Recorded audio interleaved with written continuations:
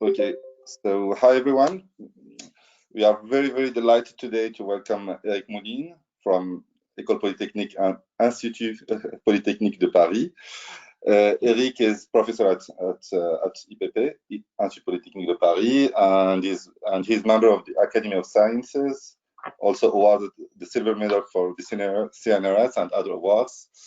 And he will talk about MCMC and variational inference for autoencoders. Just some rules: if you want to ask questions after the talk, do not hesitate first, and use the chat to mention that you want to ask questions, and with Gabriel will manage that. So thank you to all of you for being with us today, and Eric, the floor is yours, and thank you again. Thanks a lot, Jamal. Thanks a lot, Gabriel, for the invitation, and thanks a lot for the attendance. So it's a work I have started with Achille Tin, with a PhD student of mine. We have started to work on this topic almost 1 year ago now, and so I will cover several things. So I will start with a very brief introduction. So this part will be, I will describe a bit what are deep latent generative models. It will be like a tutorial, so it's nothing very new there. Then I will start something which is more in our work, which is called what we have called MEDFlow and MEDVIE, so where we try to couple MCMC, or short MCMC run with variational inference tool.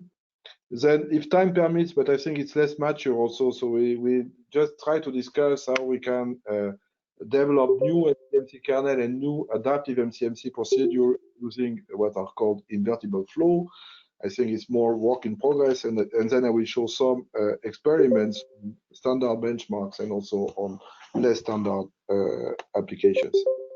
So okay, so the problem, you all know what is a problem. So what our generative models are trying to do, are trying to address. So we are trying to produce data which are more or less resemble the some data which are given in a huge database, which can be, for example, image of faces, or it can be also numbers in this database. So you are willing to try to say, okay, if you look at these images, or you look at these numbers, the realization of some random variables in generative model, you are trying to construct a generative model to produce such images. So there are two problems. One which is an estimation problem, so you need to estimate parameters of your generator, and also there is a sampling problem, because somehow you are also willing to produce samples of these very high dimensional objects.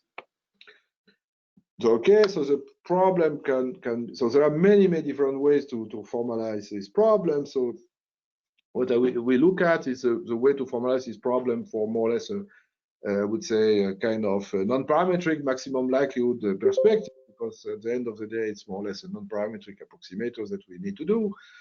So what you have, so you assume that you have a data set, so which is where you have x1, xn, so which are our data. So the data are vectors with a super large number of dimensions, so P is very large, and of course the number of data so is very large.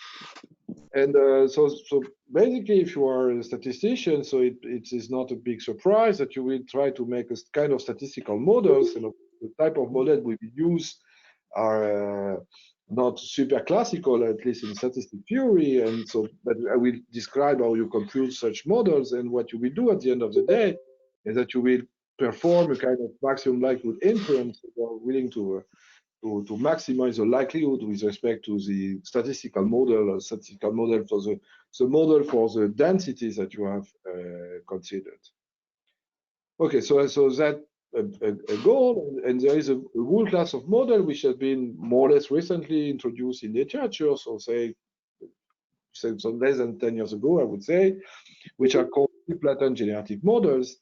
And this model looks a little bit like as follows. So what you will do is that there are several bits in this specification. So first you start with a kind of latent variable, and the main thing with latent variable should have a dimension which is typically much smaller than the dimension p. Okay, and typically what people also assume is that this latent variable Z, which belong to RD, has some prior distribution by, and of course, because what you are willing to do is willing to have a distribution which is easy to sample from. So typically, you will take, for example, a Gaussian random variable. So the complexity doesn't come from this latent variable. But there are some examples where you can also put some complexity in the latent variable. I will not discuss this aspect. So there are sometimes it's here today. I will not focus on that, but there are specifications of VAE where you use a much sophisticated way to construct the prior distribution and also the latent space. And apparently, it's very important to produce reasonable, sensible outputs. But I will not discuss that today. So of course, in order to specify the distribution of the model, so what you need to specify is a kind of conditional distribution of the observation given the latent variable, which are given by this conditional distribution, so p theta, which is, I use the same letter for the density and the conditional distribution. So it's a conditional density of the observation given the latent variable. And of course, doing this, the likelihood of the observation are obtained by marginalizing the latent variable. So what you typically do is that you multiply p theta x z, which is so the conditional distribution of the observation given the latent variable. You multiply by the prior distribution of the latent variable. Then you obtain the joint. So this is a joint distribution of the observation of the latent variable, and then you marginalize the latent variable. And then you are trying to look at this, and then this is a kind of example. It's taken, in fact, it's not produced by us. It's taken from the work by Mohamed Rezende and Shakir Mohamed, where they explain on the NIST database. So NIST is very, very simple. It's a very simple example. And the latent space is dimension D. You have already assumed, you assume more or less that p theta has been learned somehow. So you have learned p theta. So you have learned what is called the decoder. And that is, you look, basically, you just take, you vary points in the latent space and you see the numbers that you are producing. So it's interesting to understand that you produce only numbers. It's a bit, and then on more or less a number of clusters sometimes are one region. So for example, you can find 3 there and 3 there. So sometimes it's multimodal. So the posterior distribution, if you wish, is not sometimes not completely straightforward. And this is a picture of how it works, at least in this very simple example. Okay, so how to do, but then you need to, of course, estimate these parameters. So the classical method to do that is to perform maximum likelihood, and to perform maximum likelihood, typically you will use stochastic gradient descent method. So, and to look stochastic gradient descent method, typically you have you will compute that, and of course this gradient, because the likelihood itself is defined for marginalization procedure, so which means that you don't have a closed form expression for p theta of x. P theta of x is defined by as a marginalization of the joint distribution of the latent variable in the observation. So the gradient is usually intractable, but you have a way, so which is very well known in statistics, and the idea comes from Fisher. So it's an idea from the 20s. So long time ago, almost 1 century ago, he has made this very nice observation, which is very simple and which is at the heart, in fact, of many. It's a computational trick which is at the heart of many algorithms in statistics, and which you simply look at. It looks as follows. So basically, when you want to compute the gradient of log p theta of x, of course, the gradient is the gradient of p theta of xz, distribution of xz that you divide by p theta of x. Of course, it's a logarithm, and then it's also the gradient of the logarithm times p theta of xz divided by p theta of x, which means that you have to integrate the gradient. Okay, the gradient of the joint distribution of x and z that you multiply by the conditional distribution of z given x. Okay, it's more, as I said, it's more or less 80% of my works in these last 30 years come from this equation. So it's at the basis of EM, for example, algorithm. It's exactly the same type of idea behind the EM. So it's a very important idea, at least for me. And so of course, one simple idea to implement, if you want to implement a stochastic gradient, is that a nice idea would be to try to sample the posterior distribution, and in classical approach, this is where Markov chain Monte Carlo may come into play. So in this sense, in the sense that you are typically in a situation where you want to produce sample from a distribution p theta of z given x, so distribution of the latent variable given the observation. So you know the distribution up to a norming constant, so you know the normalization factor. But in fact, in MCMC, you don't care. So if you look basic MCMC procedure, we proceed as follows. So you will propose z prime given z and x, of course. We have a proposal distribution which depends upon x. And then you will compute an XF object procedure according to this, using this expression. And then you will obtain a way then to produce, to integrate, to produce unbiased estimate of the gradient of the likelihood function. Of course, you can use efficient MCMC methods. You can use Langevin dynamics. You can use Newtonian Monte Carlo, or even the fanciest nuts algorithm, for example. So there are so of course there is a theoretical and sound work to sample from this distribution in that you know that which are asymptotically unbiased, but of course there are some caveats. For example, so the mixing time can be a problem because especially you are in 9 dimension, and especially there is a problem there is that it's you need to run a different. So what you are looking at is a distribution which depends upon x. So which means that every time you proceed a new example, you need to restart an MCMC procedure because you really change the target distribution. So there is for every observation in your data set, you need to run a sample for a certain amount of time, which can be, of course, computationally a bit costly. Okay. So of course, as always, you are mixing time problems in 9 dimension. Even if we have made some progress in this direction, convergence assessment is not easy. And of course, as usual in MCMC, you have problem when distribution is multimodal, and there are some multimodality issues there, and it's very difficult in general to move from one mode to another. So you will have some problems with this approach. So the techniques which has been proposed, and it's basically a technique which has been proposed originally. I think it's a work by so typically it's a work by Kingma and Max Welling, and it's around. So the first paper appears in something like 2013. The idea they got is to use a kind of variational inference. Of course, the variational inference has always been very popular in machine learning. I think much more popular than MCMC. And what you do with variational inference is a kind of it's a nice trick. It's what you will do is that instead of trying to sample from this complex distribution, what you will do is that you will take a family of distribution which is indexed by some parameter which is called phi. So these parameters are called phi, which are different from the parameter theta. And what you are willing to do is that you are willing to find a set of parameters q phi which makes this variational distribution close to the target distribution. So you are willing to find a way that the q phi is close to the target distribution. Okay. Be careful that for each x you have a different target. Okay. So what you do is that you use what is called amortized variational inference, in the sense that your model should depend upon also on the observation. So the phi will be the same. You will use the same phi for all observation, and you have a model which will typically depends upon this the observation x. Okay.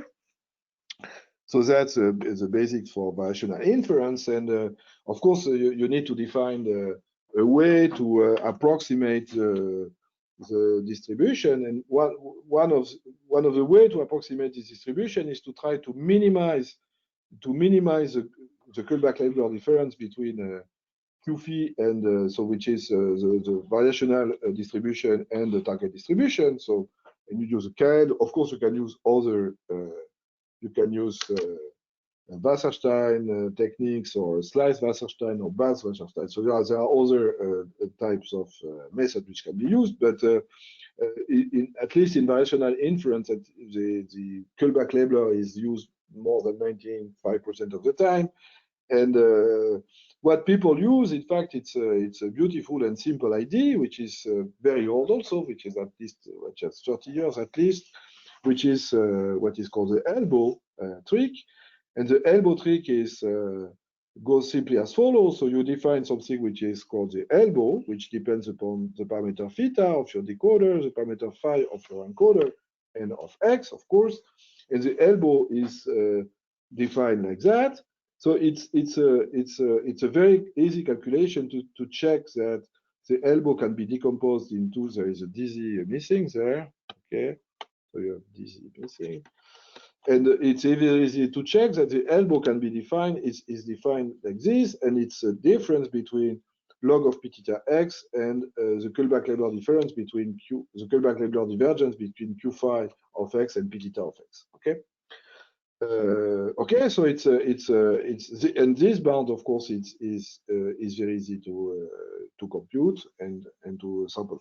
Okay, so you use the elbow, and the elbow gives you a kind of lower bound of log of p theta of x. And so what you will do is that you will optimize the elbow with respect to theta and phi.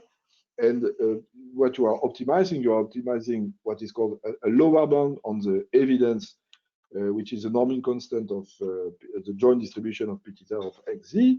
And doing so, in fact, you might expect to be close to the, even if you don't know how to compute p theta of x, you maximizing the elbow, you are not very far from maximizing, you are maximizing a lower bound of the quantity of interest, which is the evidence. Okay. So elbow is tractable. It can be easily optimized, and also you can use what is called the reparametrization trick, which is very important, in fact, when you are performing this type of optimization. I will explain a bit later what is the parametrization trick.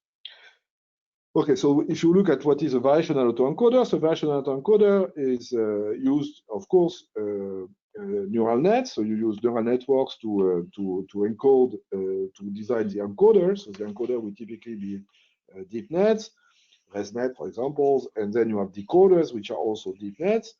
And what you will do typically is that you have two parts to optimize. You optimize the encoder, which takes x, phi as the synaptic wave of the encoder. It produces, then this produces some distribution over the latent space. And then you have a decoder, which is more or less symmetric for the encoder, which you have the synaptic waves, which are theta. Then you have the latent variable, which is z, and then you compute p theta of x given z. Okay. So what is a classical implementation? So the classical implementation of variational autoencoder. So you take a latent space which is typically much smaller than the initial space. The latent distribution, very often you take it Gaussian. As I said, more recently there have been a lot of work showing that it's better to take something more complex than a Gaussian distribution. You can have, for example, a mixture of distributions, so which is you have VQ. So there are other techniques where they use vector quantification. It's very efficient, in particular for images. Or you can use hierarchical priors. So there is quite a lot of literature. So where people consider more sophisticated models. So what is the vanilla implementation of variational distribution? What you do typically is that you use what is called a mean field. You use a mean field approximation. And what is a mean field approximation? But typically it's the easiest approximation, variational approximation. You assume that the coordinate of the q phi of z are independent. So you assume that the latent variables are all independent and they are all Gaussian. So it's a product of Gaussian distribution with mean, which depends upon x and phi, and and standard deviation, which depend upon x and phi, and which are then the output of such networks. And this is also often called a variational mean field approximation. So when you want to estimate the elbow then, so what you want to estimate, you need to compute the gradient of, you have to compute the gradient with respect to phi or the parameter, or with respect to theta. If you want to look at this function, typically when you want to optimize the function with respect to phi, what you will obtain is that you will, when you differentiate this function, you will make appear the gradient of log of q phi of z given x, and you, of course it's when you compute these PC gradients, of course you can see that as an expectation. So you have an expectation with respect of q phi of z given x. You can, the first classical techniques is to simply use a Markov Monte Carlo approximation of this quantity. But typically the variance of this unbiased estimator is very, very high. So what you have to do typically is that you will use what is called the parameterization trick. So what you typically represent, you represent this distribution with this variational distribution, which is q phi given x. You present it as a nonlinear transform v phi of x of some value epsilon, okay, which is distributed according to G. So this will be, for example, very, very easy to understand in the Gaussian case. In the Gaussian case, we take epsilon distributed according to standard normal distribution. In the nonlinear transformation, if you are in the mean field approximation, the variational approximation is simply you transform each of these scalar coordinates, you transform it through by adding a mean and multiplying by a variance. Okay, so you have a nonlinear transformation, which is very easy to compute. And then you plug this approximation, this representation in the elbow, and then instead of having a distribution depending upon phi, you have a distribution which depends upon this transformation. Okay, and then you differentiate this quantity with respect to theta. This is called the representation trick, and this is very important. Okay. So it is known that VIE, so of course, which have been applied, they have been successful, at least in some cases. Yeah, there are very nice applications, like for example in images or also for music and things like that. But it is felt that there are some problems. So it is felt that mean field approximation is somehow too simple. And then in particular, when in something which is very often happening when you use what is called reverse Kleber-Kleber, is that you typically you tend to concentrate on some part of the distribution. So it's called the mode dropping procedure, in the sense that you don't represent the whole distribution, but you are only representing a part of this distribution. Okay, so there are other extensions which have been proposed so far, like beta VIE. I will not discuss that today, but so what we are, the work we have started to do, so say 1 year ago, is when Achille started this PhD, in fact, is to try to enrich the variational approximation, and there are several ways to enrich the variational approximation.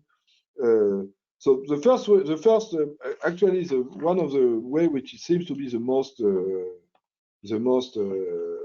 currently used is to use normalizing flow. So which means that you take the variational approximation and you modify the variational approximation by applying invertible transforms. So layers of invertible transform which define the flow. The flow is defined as a composition of invertible transforms. So that's a way.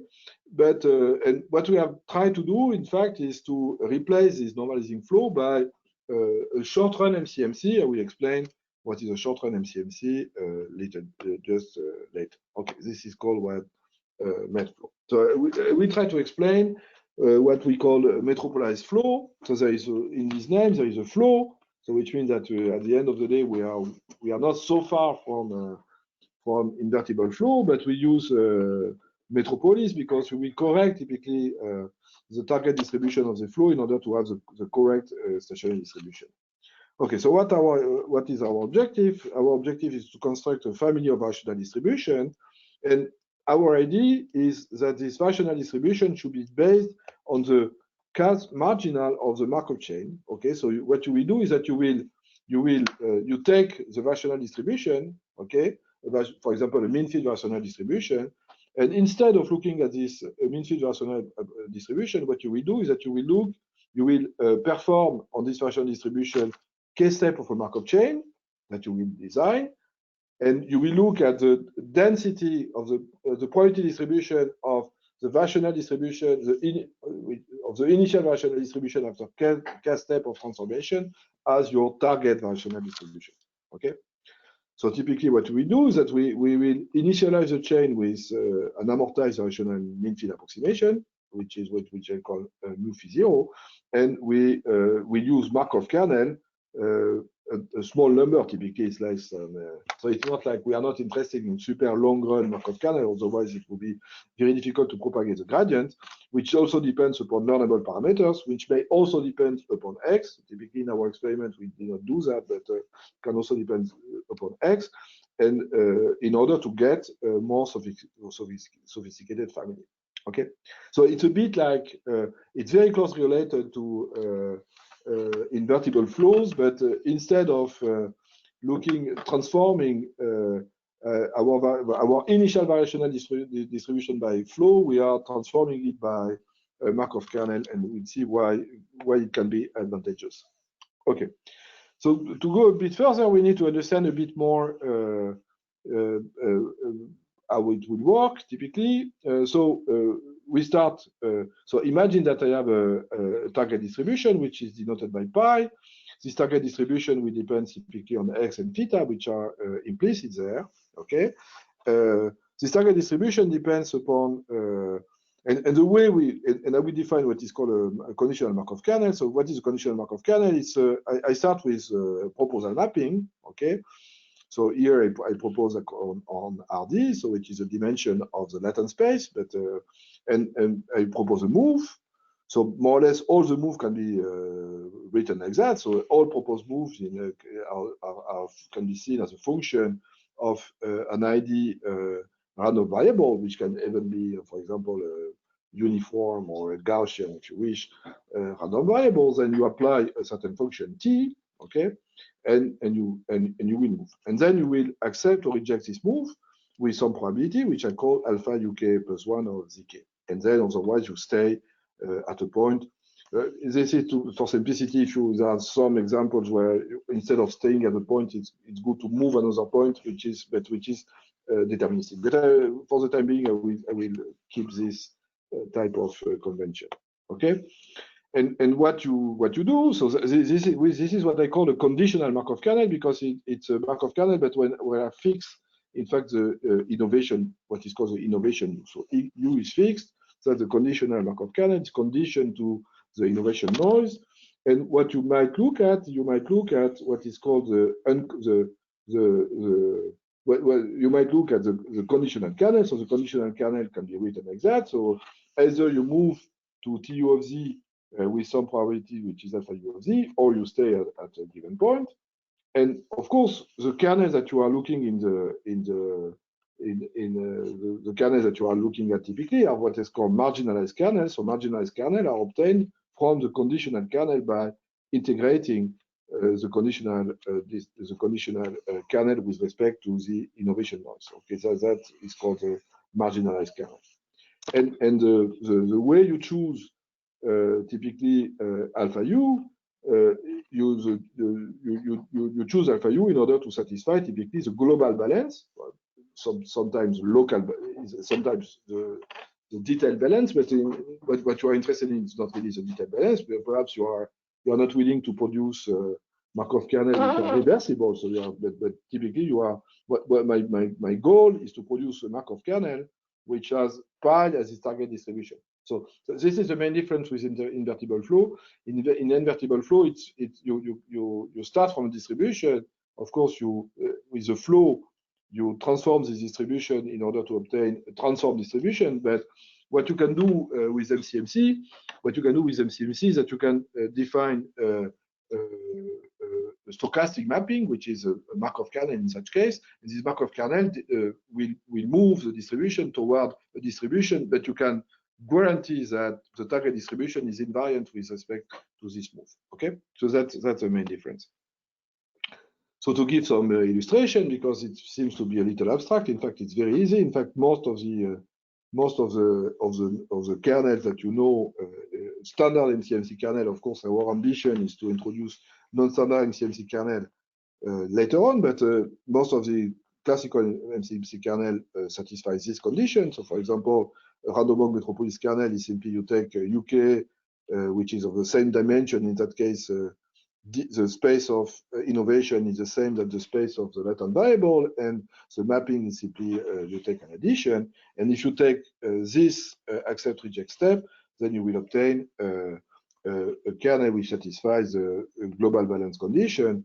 Well, of course, this kernel is not very well. It's not very well suited in large dimension because mixing property can be somehow a bit difficult.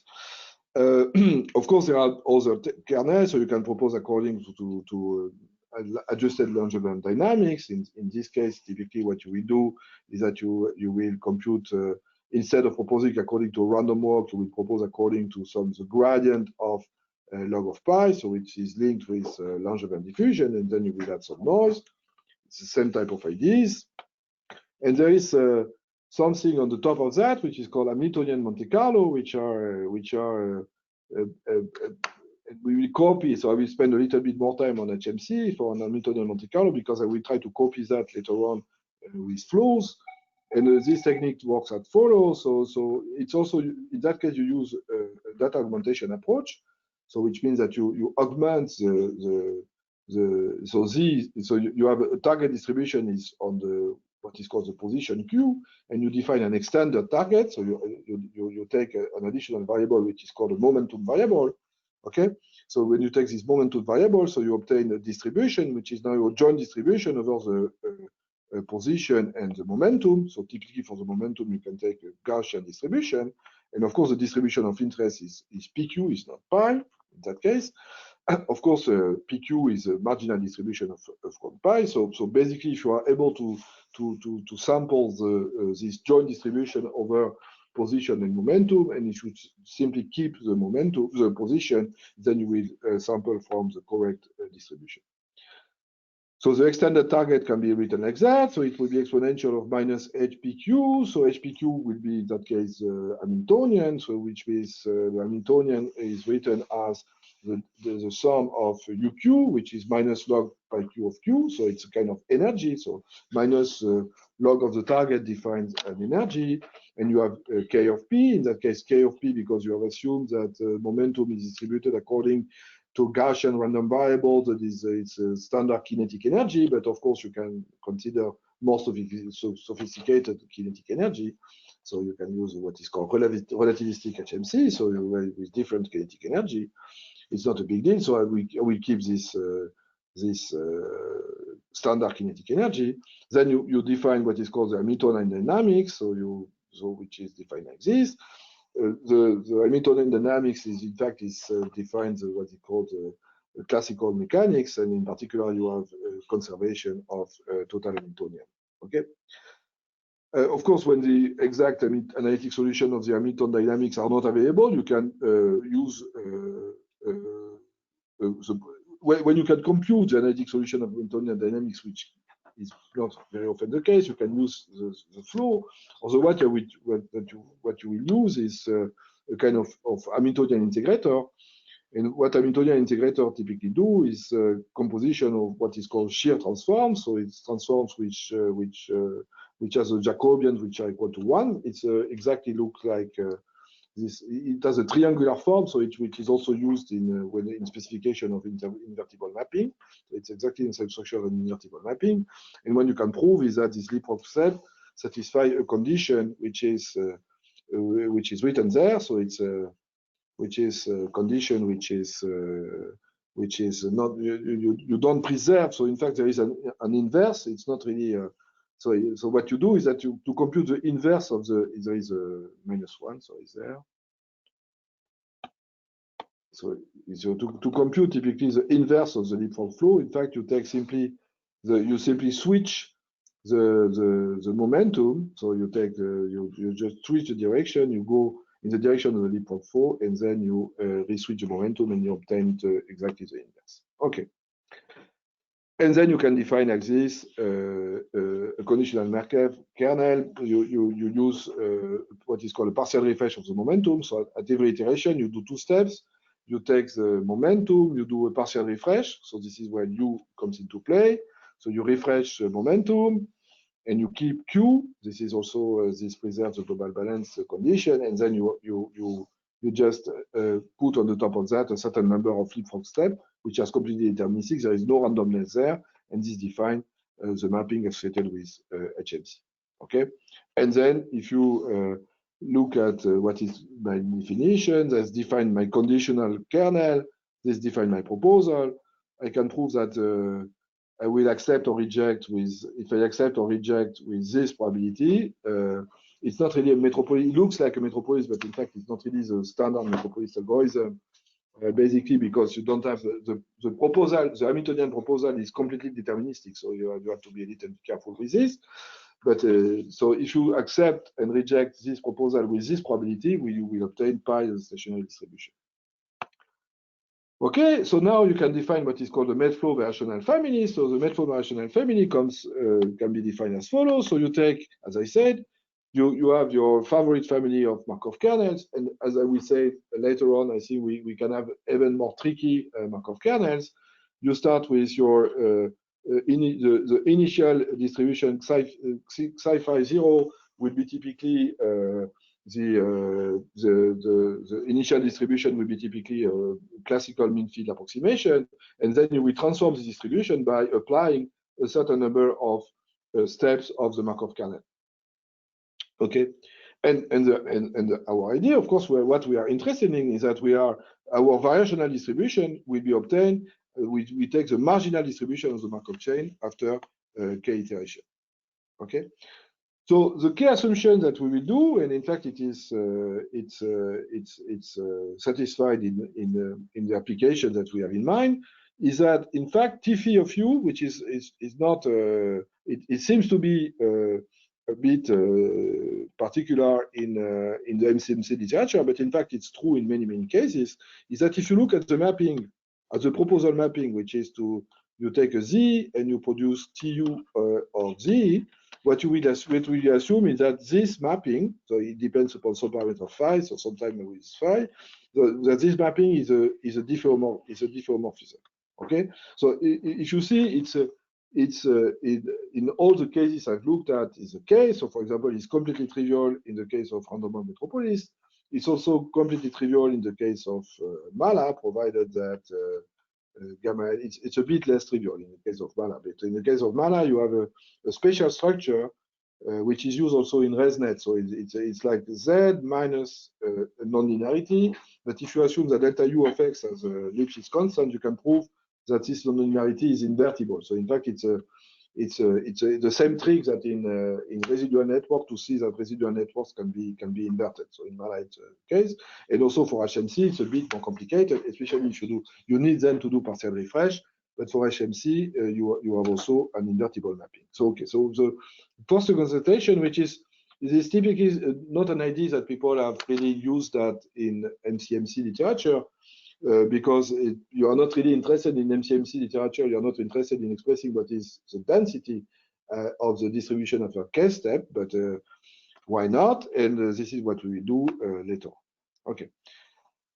So just to understand what is our key lemma, so our key lemma is to understand what is the structure of this density. And of course, when you have understood the way we are constructing this distribution, what we will do is that we have a mapping, which is a diffeomorphism, and then we have just decomposed our Markov chain in two steps. One, which is what we have called the conditional Markov chain, which is the Markov chain which is conditional to the innovation U, and then the marginal Markov chain, which has a correct invariant distribution. And if you look at what you do, it's very easy, in fact. So when you look at what is a conditional Markov chain, the conditional Markov chain, it moves with a certain probability, you will move to, with alpha U of Z, you will move to the point TU of Z, and with 1 minus alpha U of Z, you will stay at your point. You will stay, in fact, at Z. So it's not difficult to see that if you condition the transition to the innovation U, the density after one step is a mixture of two density. you will have alpha 0. So alpha 0 is a probability of staying at your point. And of course, you did not move, so you stay with the initial distribution m phi 0. And otherwise, you have moved, and you moved according to some distribution which is invertible. So and then by applying a change of variable, you will have, of course, a second component which is given by that, which is a product of the probability of accepting the move times the distribution m phi 0, which is this time transformed exactly like it's exactly what happened with the flow. So this is exactly what the type of transformation when you apply to the distribution psi phi 0 flow. So in fact, it's a mixture. So even in one step, it's already a mixture of two flows. Okay, so the proof is very simple. And of course, when you do this not one time but k times, and if you also condition with respect to which you condition with respect to UK, so you condition with respect to the innovation, then what you obtain that the distribution, the conditional distribution of the latent variable given the innovation, the k innovation of the Markov chain, is a mixture. The number of components of the mixture is 2 to the power k. So if you take k equal 10, for example, you have it's a very big mixture. And then each component of this mixture has this expression, which is a bit frightening, perhaps. I don't know if it's a bit frightening, but in fact, it's very easy to understand. What you do is typically, what you will do typically is that you will either move, either you will, so AG is equal to 0 or 1. So which means typically it reflects typically to the fact that you at step G you are either accepted to move in one direction or stay at one direction. Okay, so either you move according to the mapping, okay, or you stay at your point. So which means that each component of this density may be seen in fact as a combination of a certain number of mappings. Which these mappings being the mappings that you obtain by the acceptance rejection step. Okay. Okay. So you have this type of distribution, but it's easy to understand that since if you perform CAS steps, so basically at each steps you will either stay at a point or you will apply a mapping. So then you at the end of the day you have a composition. So instead of having one mapping going from 0 to k, you will have a composition of mappings. Where you select, in fact, the mappings that you have applied at each different iteration of the Markov chain. Okay, so good. So we have a kind of expression. The expression is defined as a kind of integral. So it's an integral because the distribution, the target distribution, is obtained by integrating with respect to h dui. So you can it's a classical way. So in fact it's a classical structure in VIE. So what you will do typically is that you typically extend the elbow. You extend the elbow by looking at another elbow in which is extended. So here the boldface UK is simply U1 to UK. So you have a boldface. The boldface AK is equal to A1 to AK. And what you simply do, so in fact, I make it very simple there. So you can do something which is more sophisticated, but I want to keep it simple. So to keep it simple, what you do, the elbows that you will consider, the elbows that you will considering will be defined like that, okay? And it's easy to check that it is a true elbow, in fact. So the new elbow that you are considering in this one, and you can check that this is really a true elbow. So of course we can discuss. So you can do better than that because you can use other auxiliary variables. So it's like, but with this elbow you have a way to perform quite sophisticated techniques. So there are other. So of course there are other competitors where people have tried to do MCMC with VI. So one of these is, for example, Matt Hoffman. So Matthew Hoffman is very well known because he's the inventor of nuts in his PhD. So and what he do, in fact, is something a bit. It's good, but at the same time, what he does, it does classical. It does not optimize the parameter of the Markov chain, so it does not integrate the fact that he used MCMC steps in his procedure. So he computes a classical variational approximation, a vanilla approximation, and then he simply apply Markov kernels. But he does not introduce the fact that he used Markov kernel in his optimization. So it's very straightforward to implement. It shows that it improves quite significantly the result of vanilla VAE, but at the same time, it's a bit like a half done because you don't optimize this Markov chain. There are other techniques I will not describe. Then there is a technique called Neutra HMC. So where you do a kind of so what you will do typically is that you perform first a kind of transformation of the state by an invertible kernel. Then you apply HMC in this transformed set, and then you go back by applying the inverse transform. So you use to push forward. So it has also been proposed in another paper by Hoffman. There are also other papers. There is papers by Rizende also and Shakir Mohammed, where they do things where they extend, but they use basically the same idea of trying to compute, to use MCMC in combination with VI. But the thing is that they, to my opinion, they don't really provide a correct elbow, because it's written in such a way that it's even difficult to know exactly the way they do the optimization. Okay. So some results. So I will some results. So of course we have our results. So the target distribution is here 2D distribution with 8 Gaussian. We use an HMC met flow. So we use a Markov kernels with 1 leapfrog stack in that case, and we use a learnable safe cycle or mean field.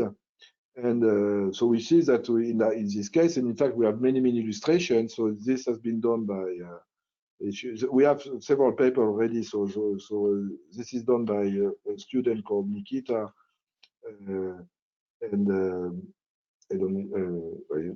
Okay, so send me, so I will give you, there is a GitHub. So there are many examples which have been, we have many examples like that, okay?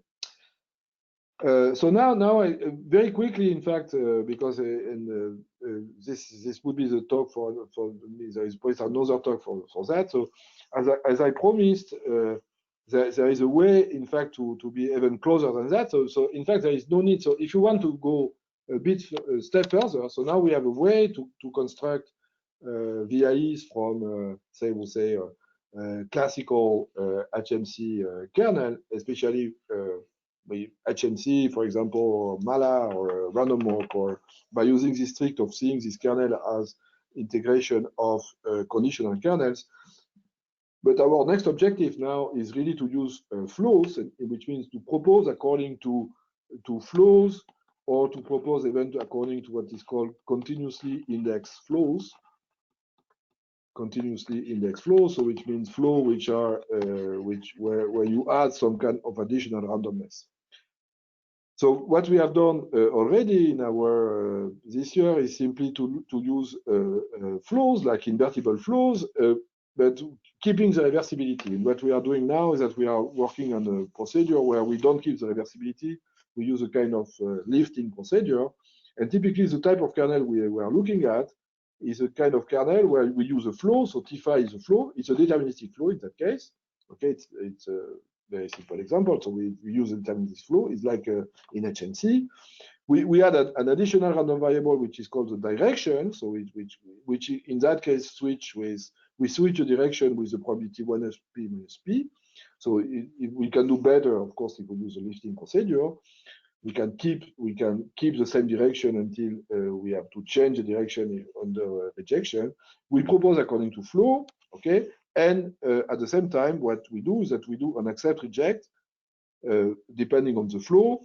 So provided, so it's easy to check in that case. So it can be either a simple calculation, but in fact there is something which is much deeper, but I will not have time to dig into this type of details. If you accept or reject the flow, so you propose according either to the direct flow in that case, or you propose according to the inverse of the flow, and you accept, and so you will propose the direct flow or the reverse flow with a certain probability, and you accept and reject with respect to this probability.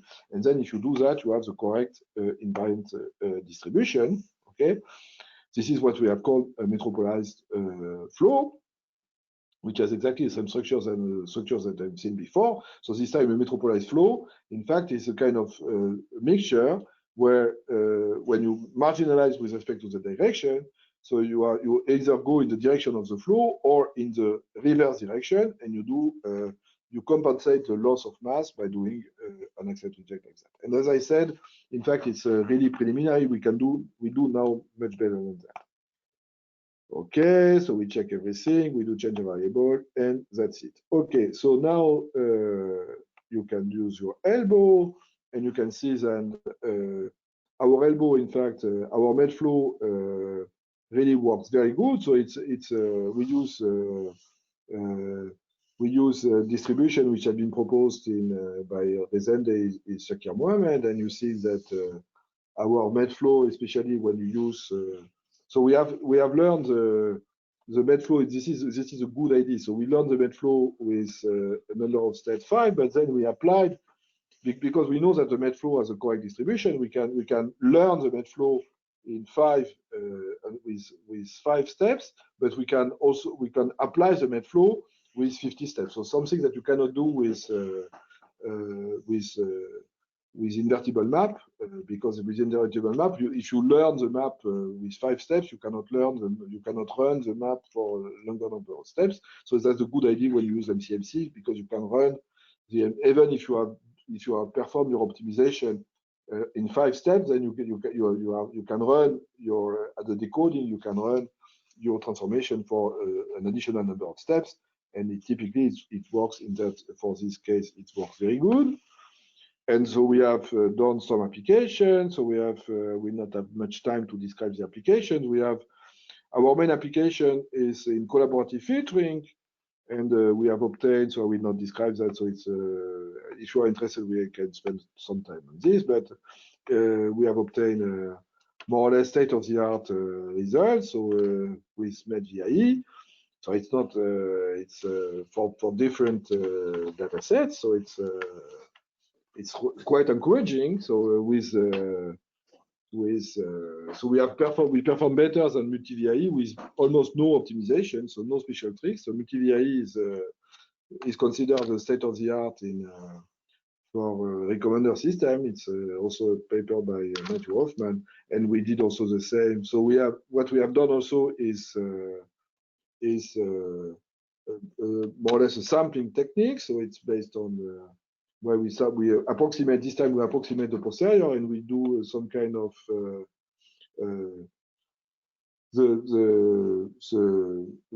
for fixed data set, we use what is called normalizing flow with respect to med flow, and I think you can see that it performs. So I will not describe that into detail, but we can spend. So in fact, you can see that med flow is typically performing better in this type of application. So thanks a lot, and now I'm ready to questions. Thank you, Eric. Switch on the camera. So I'm not sure if I can unmute people. So there is Songbin Lim who has a question. I don't know if you can talk.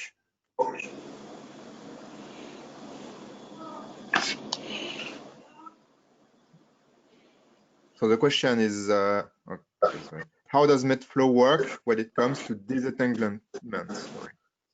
Sorry, how does MEDFlow work? Sorry, I didn't catch the question. So it was, well, the question is written in the chat. So it is, how does MEDFlow work when it comes to these entanglements? I don't have an idea. So I think I've compared to. No, I don't have an idea. This question. So I don't have any answers for that.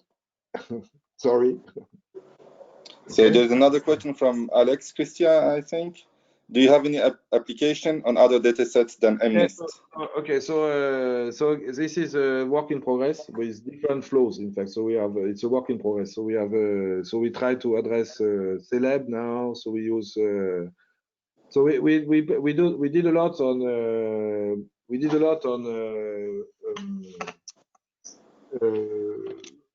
this the problem of we did not a lot on initially, in fact, what I did say, okay, it will be a bit difficult to compete with for Celeb, for example, because you have a lot of super nice VIE, and our method is not really so. So we are willing to propose something where we can build better decoders, okay, better encoders. So more sophisticated way to represent target distribution. So of course it can be applied. So our approach is not to the best to the best AI system. So it's like it's not our purpose to build the best AI system, but it's not to propose a good methodology to improve the learning of this system. It can be applied to any VI system. So that's our main purpose. But of course, we notice that when we submit paper in NIPS, for example, this year, the version was sent in ICML. The people want to see this type of benchmarks, with more classical benchmarks than collaborative filtering, which is more like, of course, a bit more special. But so we are in the process of looking at that. Yeah. I think it's what we can say is that I'm quite confident because it's like doing always a bit better than invertible flow, which is more or less kind of the state of the art in this type of area. So if you combine, so the thing, this is why it's important to be able to combine with the best flow. So because the way to compete with the best invertible flow is not to compete with MALA or HMC. So you have to compete with the same type of invertible flow which has been used by people to produce this type of distribution. My idea is that you can, once you have specified this type of invertible flow, you can combine them with MCMC. And what is the advantage with MCMC is that you can really keep the advantage of MCMC with respect to invertible flow is that you can keep the stationary distribution. And while keeping stationary distribution, my idea is that you can learn the flow on a certain number of steps, so say 10 steps, because it's very heavy to learn, because you have to backpropagate the gradients through all the layers, so it's not an easy task.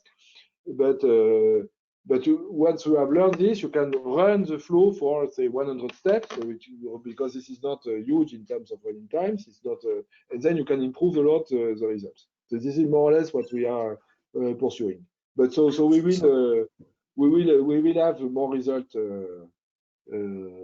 We will have more result. I think not in some weeks. So what would be the typical overhead of metropolizing state-of-the-art flow in terms of learning? When you look, but the overhead is like, if you look at this, when you look at the elbow, so the big overhead is that you have to manage. So instead of having one flow, in fact, if you understand what I said, instead of having one flow, in fact, you have to combine several flow, in fact, because of this accept reject, it is linked with accept reject mechanism.